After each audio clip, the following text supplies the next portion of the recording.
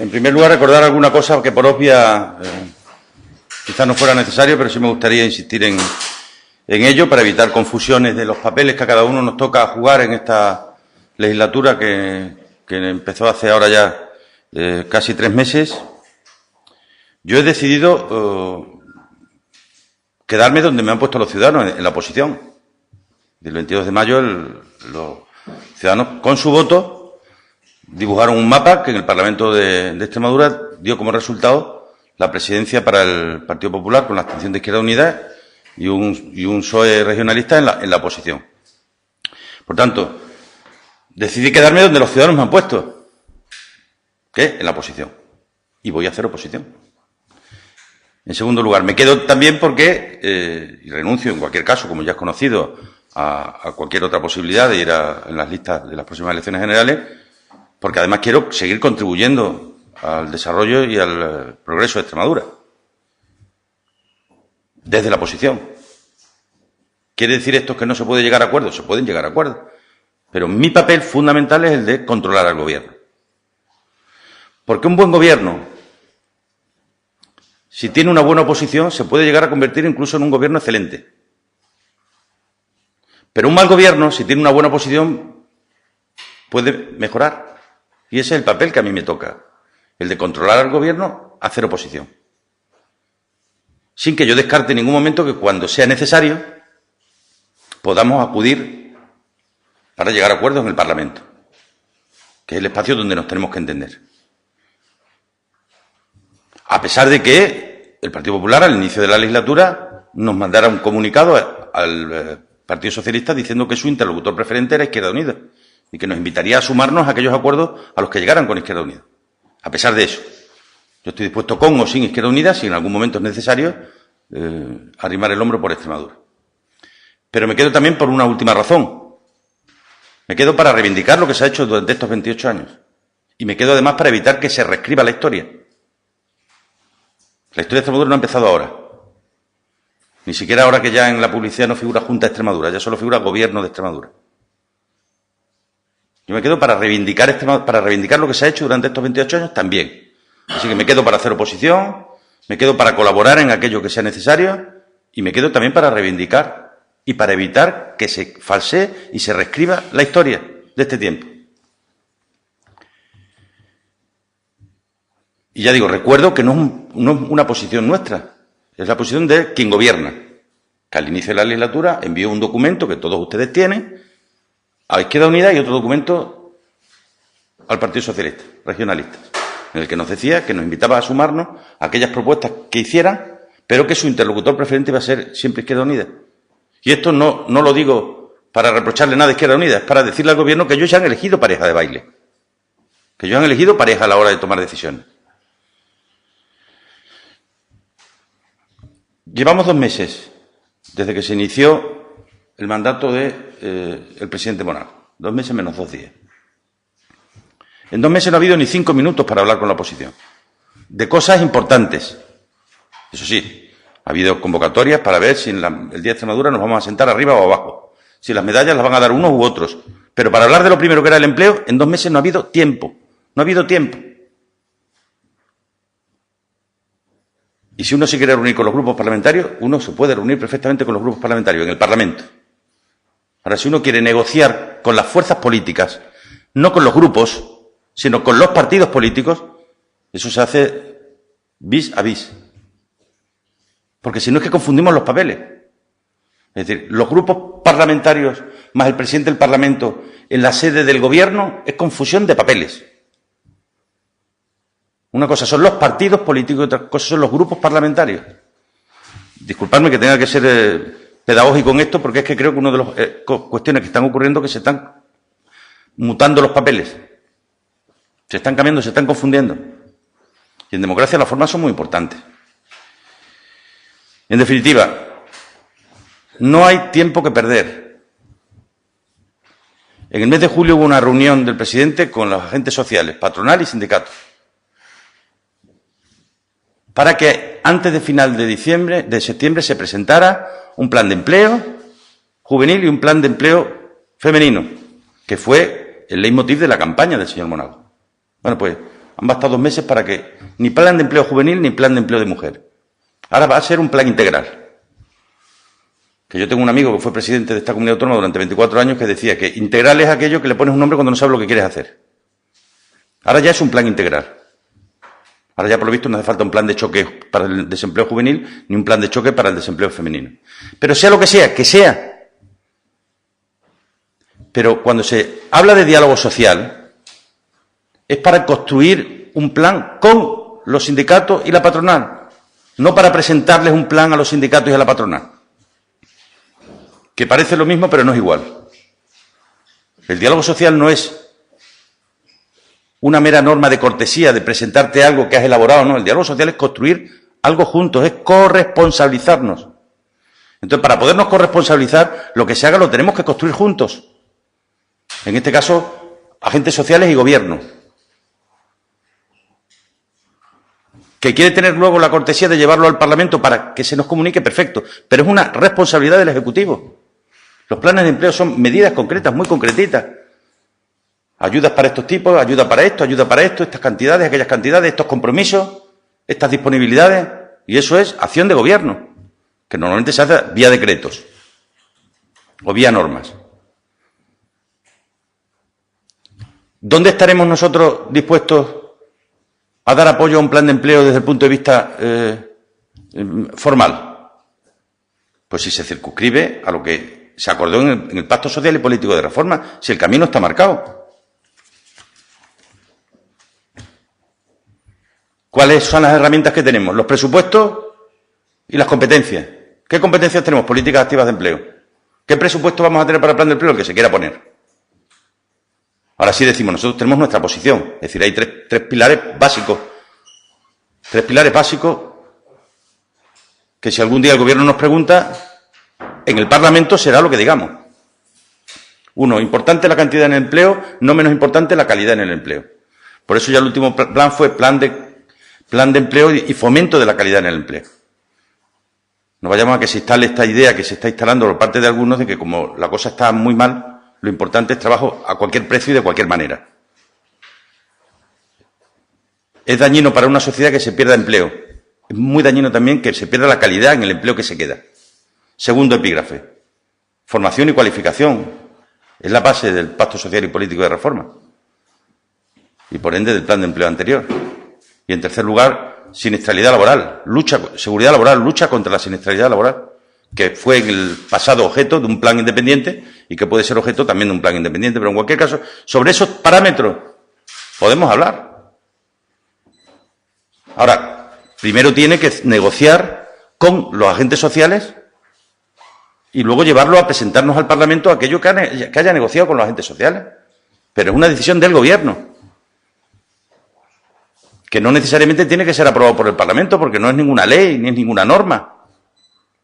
Es sencillamente una acción del Gobierno que comparte, si es que quiere hacerlo, con los agentes sociales. Respecto a las declaraciones del consejero de Hacienda la semana pasada. Yo lo primero que le pido a este buen señor es respeto. Yo no sé si en la universidad, a la que yo también he pertenecido durante muchos años, se lleva esto de que a la primera uno le falta el respeto a los demás. Creo que no. Se le pide un poquito de respeto. Se puede ejercer la crítica, pero sin entrar en descalificaciones ni en insultos. Segunda cuestión. La frívola declaración del consejero de Hacienda le ha costado ya a la comunidad autónoma más de lo que podamos llegar a ahorrar con el ejercicio de austeridad en la reducción de cargos. Es decir, el impacto que tiene sobre las agencias de calificación y sobre aquellas entidades financieras e inversores a los que la Junta tendrá que acudir en el futuro, el impacto que tiene el decir que la situación es mucho peor de la que es, en términos de euros, ya es mayor que el ahorro que se haya podido lograr con una reducción de cargos, que por cierto no es la que se prometió. Estamos viendo cómo se está tamizando lo que se dijo en un programa electoral para luego irlo llevando hacia otra realidad. Aquí se habló de reducir al 50% los altos cargos de la Administración y se han reducido 12. Por cierto, 2 menos de los que tenía pensado reducir y era mi compromiso del 20%. Se han reducido 12. El año anterior habíamos reducido 8 y este año íbamos a reducir 14, que son exactamente el 20% de lo que había. Ahora dicen, no, que esto va a ser el global. sumándole los eventuales y sumarán los jefes de servicio, que no son altos cargos, son funcionarios. Veremos cuál es el resultado final. Pero de momento ya no se ha cumplido. Pero da igual, lo acepto, no solo lo acepto y lo aplaudo. Porque creo que en estos momentos era necesario y es necesario hacerlo. Pues el efecto económico que hayan tenido esos ahorros va a verse claramente superado por el impacto económico que van a tener las declaraciones del señor consejero, al que le pediría a partir de ahora un poquito de prudencia. Nosotros hemos dejado de gobernar, mi cese fue el 8 de julio del año 2011. 8 de julio del año 2011. Cuando nosotros nos vamos, dejamos una foto, que era 400 millones de euros en tesorería, un 2,7% de déficit, mejor dicho, un 2,78%, para ser exactos, y un 55% del total del presupuesto sin obligar. Sin obligar quiere decir que se puede cambiar el destino, que puedes hacer con ello lo que tú crees que tienes que hacer. 400 millones en tesorería, 2,7 de déficit, un 55% sin obligar. Alguien podrá decir, pero claro, dentro de ese 55% están las nóminas, por supuesto, y todo el resto del gasto.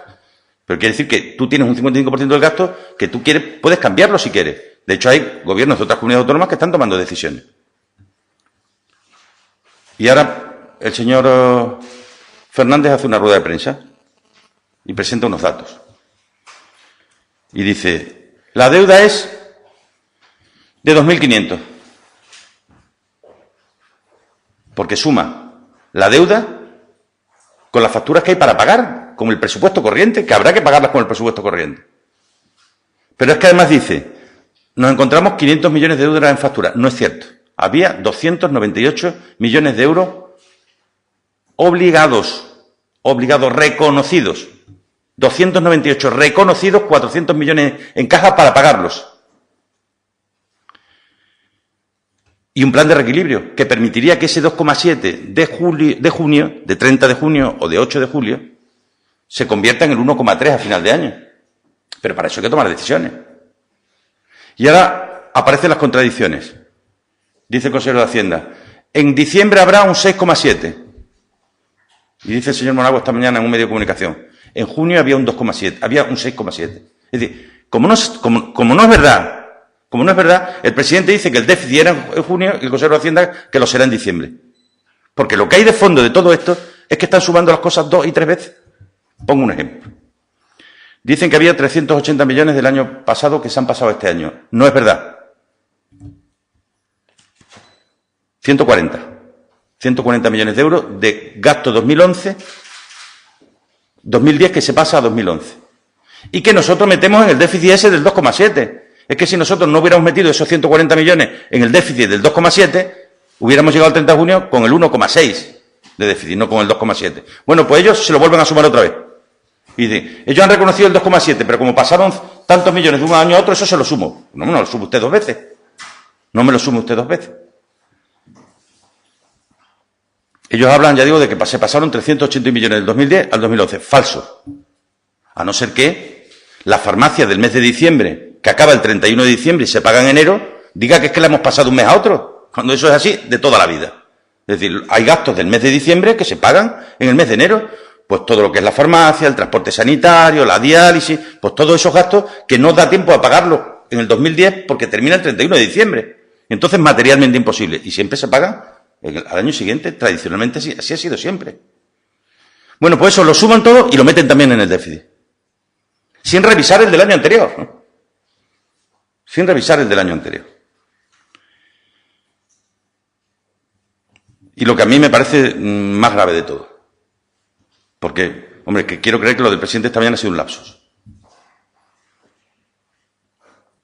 Me fío más de lo que dice el consejero, que hayan calculado el déficit a final de año.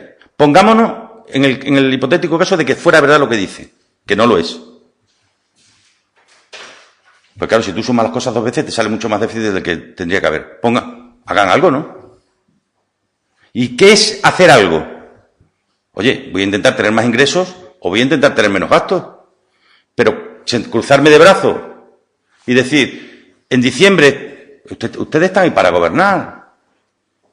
Ustedes no están ahí para hacer desayunos con croissants, están para gobernar. Y gobernar significa tomar decisiones. Tomar decisiones. Vámonos a los ingresos.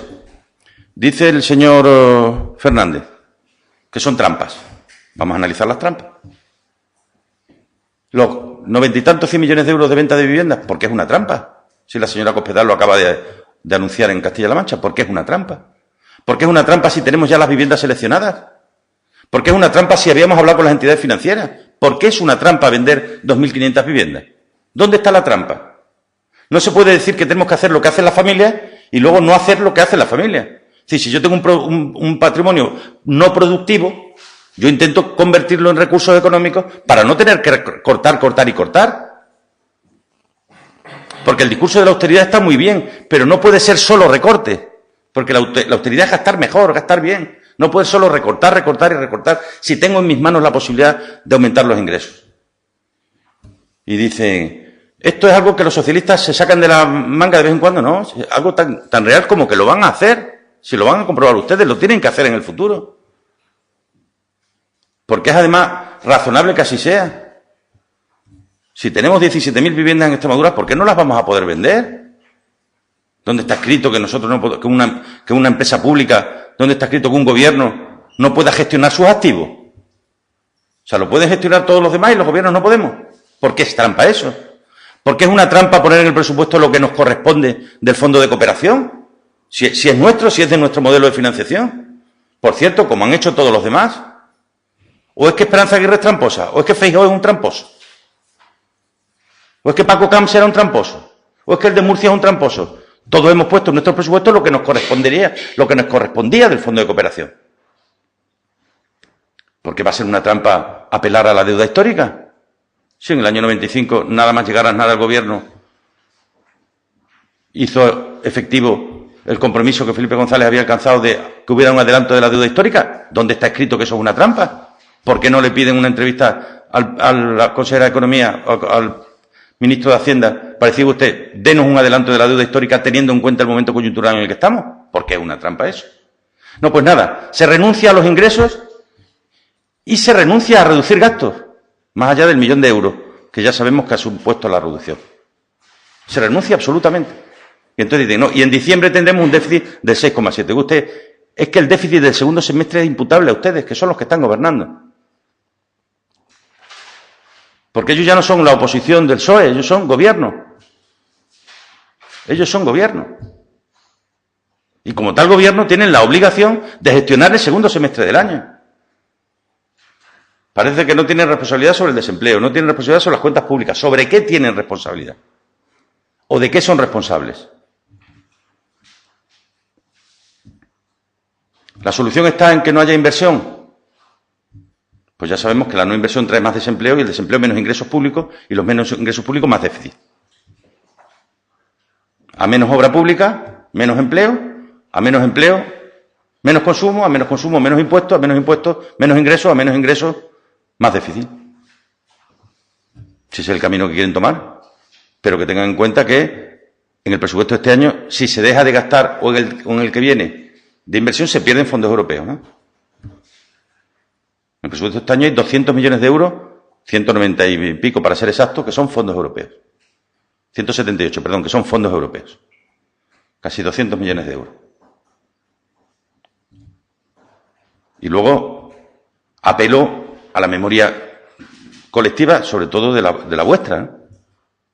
Llevamos 2 meses, y en estos 2 meses se han hecho afirmaciones por parte del Gobierno. Doña Cristina Tiniente, primera rueda de prensa. Hemos hecho cuenta y vamos a ahorrar bastantes más de los 200 millones que habíamos hablado. Consejero de Administración Pública. Unificando la climatización de los servidores de informática vamos a ahorrar 200 millones. Ya está el problema resuelto. Se acabó el problema del déficit. ¿O es que es mentira? ¿O es que no es verdad que vayan a ahorrar 200 millones, como habían dicho, o que la climatización centralizada o externalizada significa un ahorro de 200 millones? Porque si es verdad las palabras de doña Cristina Tiniente y es verdad las palabras del consejero de Administración Pública, que las ha hecho suyas el presidente, ya tenemos 400 millones de euros de ingresos extraordinarios o de no gasto, ¿no? Bueno, pues si tenemos 400 millones de no gastos, tenemos el problema resuelto. ¿Dónde están las trampas, entonces? ¿Qué es lo que ocurre? Que el discurso de la austeridad es necesario, pero no puede ser el central, el eje central de la política. La austeridad es un instrumento, pero no puede ser un fin. Uno es austero para poder hacer política. No, uno no tiene política y hace de la austeridad su política, la única política. Y eso dura lo que dura. Eso dura lo que dura. Porque el grueso del gasto público, sobre el que hay que actuar, y yo soy partidario de hacerlo, el grueso del gasto público está en sitios donde toda la austeridad no te impide el poderlo evitar, que está en los servicios públicos, en la educación, en la sanidad, en la dependencia, en el capítulo, en las nóminas. Por cierto, recuerdo, hoy ya el presidente ha dicho, ha cifrado en el 10% la reducción que van a hacer en los presupuestos del año que viene. Un punto inferior a la que hicimos nosotros. Es decir, el PP va a reducir el presupuesto medio punto menos de lo que lo redujimos nosotros, que recuerdo que fueron casi un 3% en el año 2010 y casi un 8% el año pasado, este año que diga. Y nosotros redujimos un 2,7 en el presupuesto del 2010 y casi un 8, un 7,9 en el del 2011. Bueno, pues el PP va a reducir el presupuesto algunas décimas menos de lo que lo habíamos reducido nosotros. Digo, para que no parezca que estamos ante una situación histórica en Extremadura.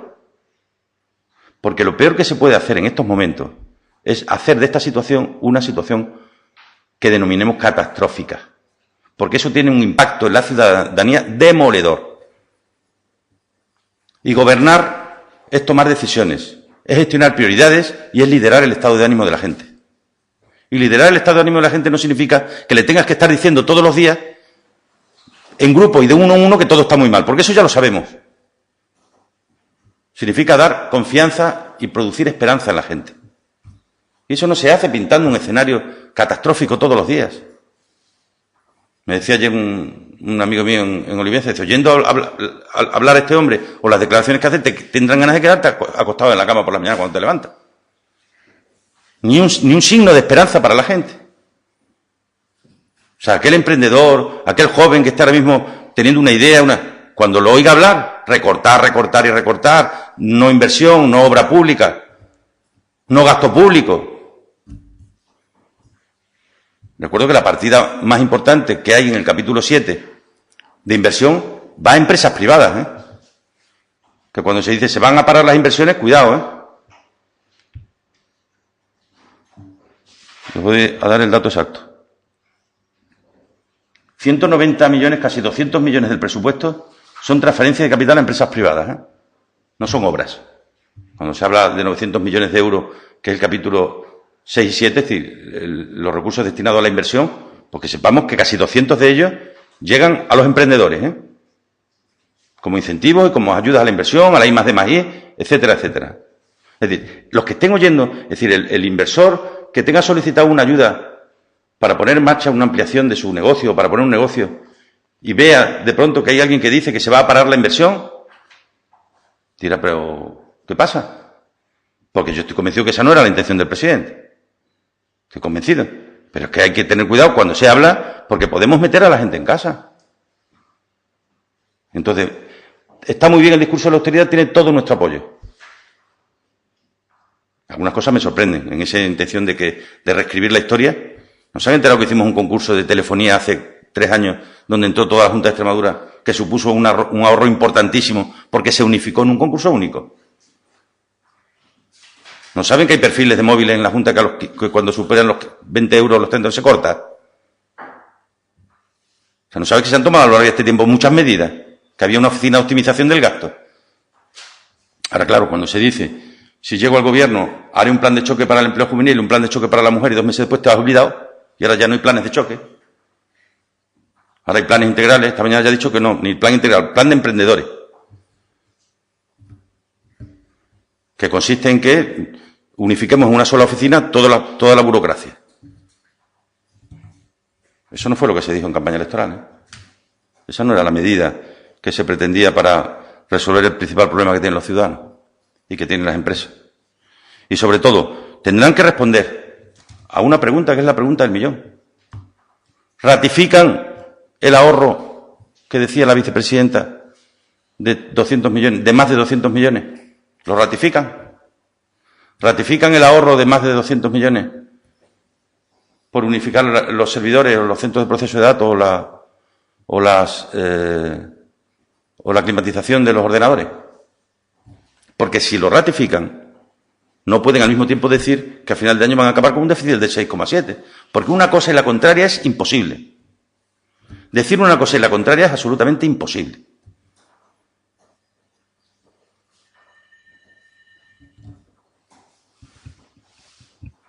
¿De acuerdo? Estoy a vuestra disposición.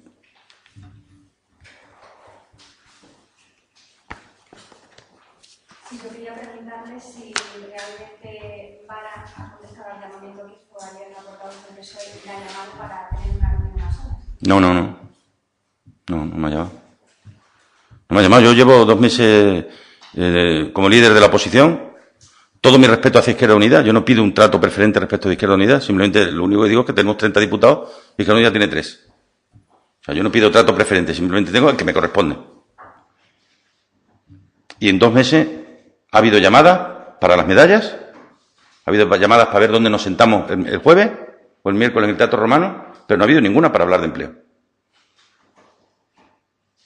Solo hay un tarjetón en el que se me invita a un desayuno, no me dice ni con quién, ni cómo, para el inicio de la legislatura, que se inició hace 2 meses y medio.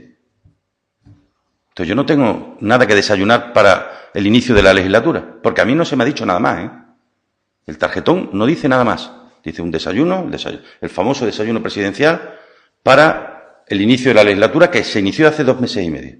Porque recuerdo que la legislatura se inició el 19 de junio, cuando se constituyó el Parlamento.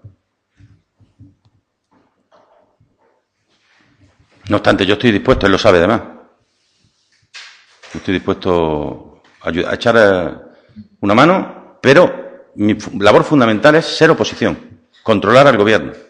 Porque lo que peor le puede pasar a esta región es que tenga un mal gobierno y tenga una mala oposición.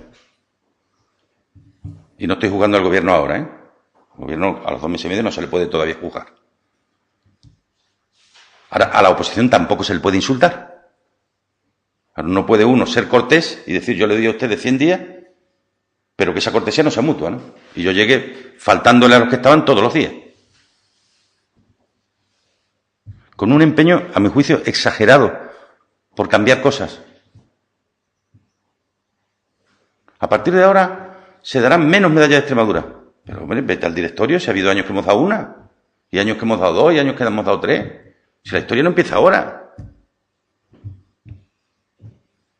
Y además, yo este año no entregaré todas las medallas. Me ayudarán o entregarán otros. Si eso ya ha ocurrido. Si aquí ha habido años en que los presidentes de Diputación, el presidente de la Asamblea, el alcalde de Mérida han entregado medallas. Es una cierta sensación como de política de tierra quemada. Aquí empezamos a sembrar ahora porque no hay nada. No había nada y lo vamos a cambiar todo. Y es un error. Porque yo entiendo que un gobierno que entra cambia aquellas cosas que son necesarias cambiar. Pero aquellas que están bien, déjalas como están. O no te empeñes todos los días en tener que estar cambiando las cosas porque te hacen perder energía en esfuerzos inútiles. Y todo es consecuencia, ya digo, de algo que parece evidente, ¿no? Es que cuando tú tienes una estrategia diseñada por una consultora, pues evidentemente tiene sus peculiaridades. Claro. ¿Más preguntas?